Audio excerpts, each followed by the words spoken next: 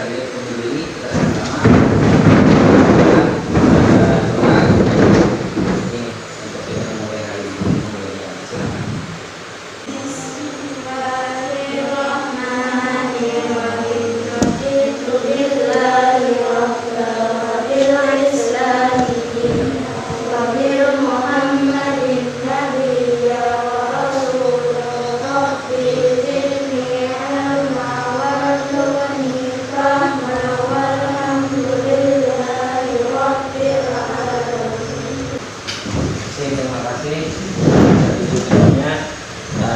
Kita memulai, mari kita bersama-sama membaca Bismillahirrahmanirrahim. Semoga pelajaran kita hari ini mendapat kesempatan dari Allah Subhanahu wa Ta'ala.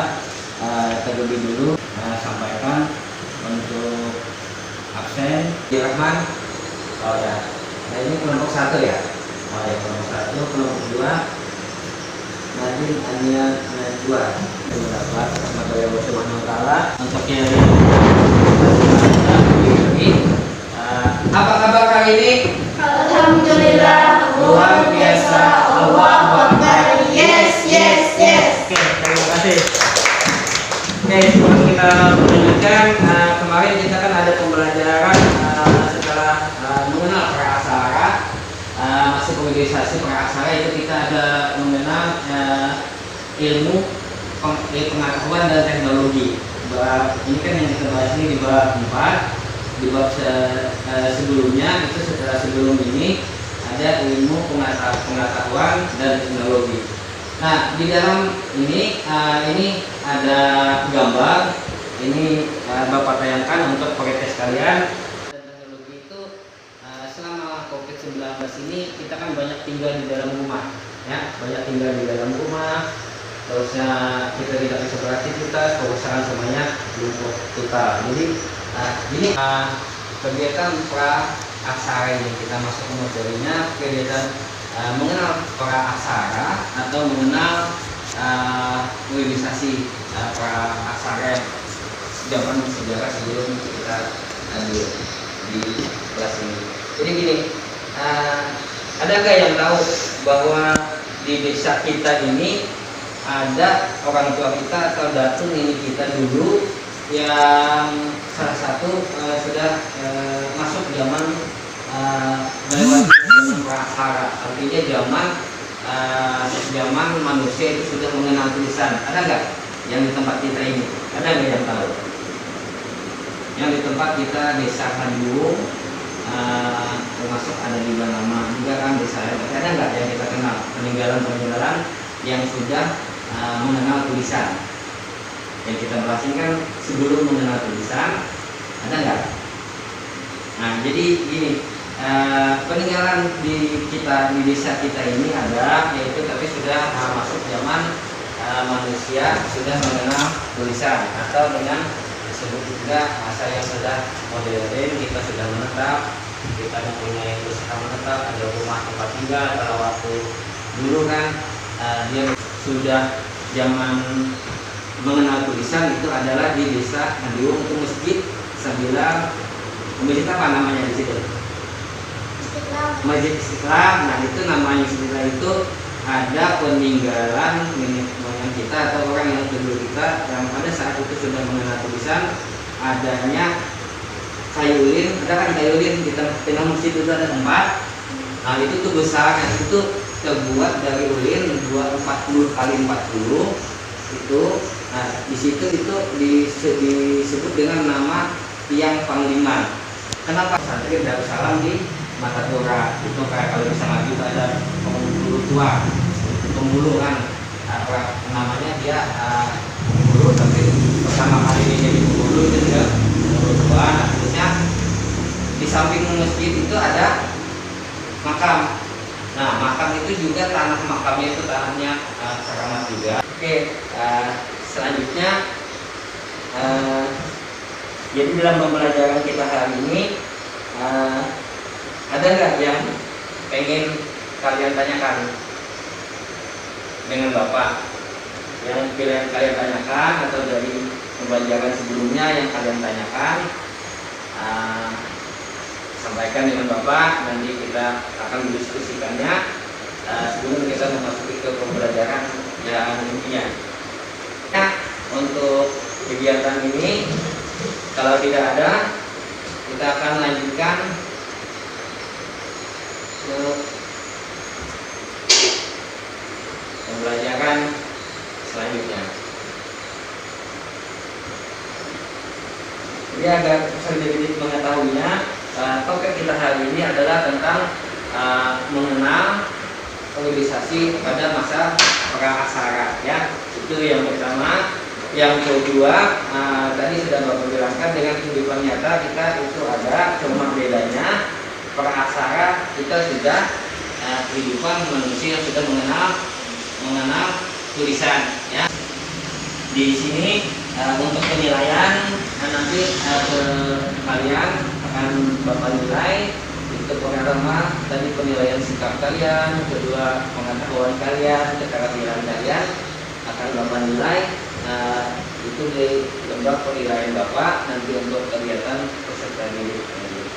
Oke, selanjutnya kita akan masuk ke kegiatan tentang apa sih topik kita yang kita bahas hari ini. Yang kita bahas hari ini itu yang pertama tentang masa periodisasi.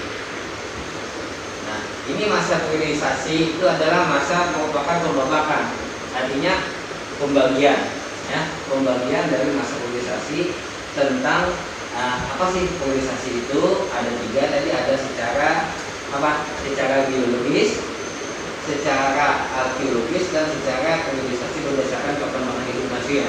Nah, kalau kita di sini sudah ini sampai saat ini. Nah, kayak secara biologis itu kalian bisa melihat biologis itu adalah tujuannya untuk kita pembelajaran kita saat ini bagaimana siswa mengetahui tentang menganalisis praaksara, menganalisis secara benar dengan nenek moyang kita. Oke, tanam, ya. Siapa lagi? Yang satunya masa, ya. Jadi ya, tinggalnya itu di hutan dan dia berpindah-pindah di mana masih banyak makanan dia pindah lagi, tapi secara berkelompok. Tentang nenek moyang bangsa Indonesia. Ada nggak yang tahu nenek moyang kita apa? Bangsa Indonesia. Di sini nenek moyang bangsa Indonesia, makanya kita dapat menerima tentang 3 teori nenek moyang. Jadi nenek moyang kita itu ada 3. Teori Afrika itu artinya sekitar 200.000 sebelum Masehi sampai 60.000 sebelum Masehi, itu saat Eropa Utara atau Amerika Utara itu masih menyatu. Jadi dianggap nenek moyang kita itu dari sana nenek moyang kita itu teorinya. Tetapi ada juga teori yang kedua bahwa nenek moyang kita itu adalah dari Yunan, dari Yunan, Tiongkok, dan ini semua data lepas. Ada juga yang dari Nusantara. Nah, tadi seperti yang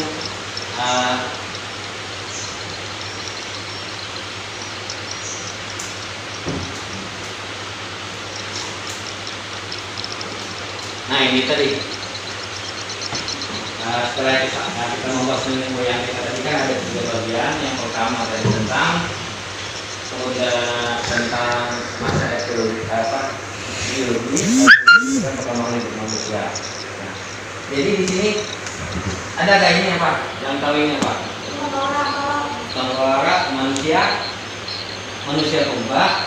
Ini bentuknya besar, beda dengan kita. Ini manusia purba kala ada di Museum Sangiran.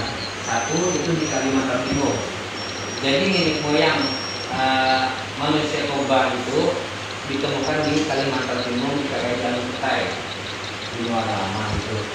Jadi kita ini akhirnya mengenal kegiatan praaksara itu di Kalimantan Timur kita itu 5 Masehi itu sudah ada kegiatan ini. Nah, terusnya tadi ini pada zaman Bibikung itu bentuknya tadi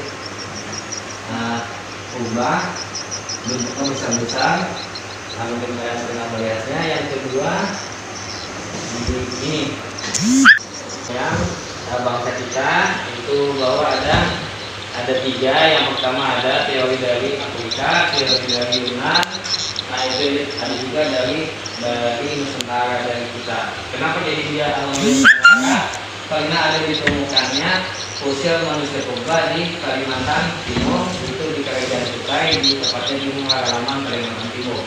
Nah, jadi itu membantah semua, tetapi ada kaitannya dengan teori tadi. Ada orang kebanyakan bangsa kita dari bangsa Afrika, ada dari Yunan, itu dari Tiongkok, yang dari Cina, dan ada juga yang dari Kalimantan Timur tadi.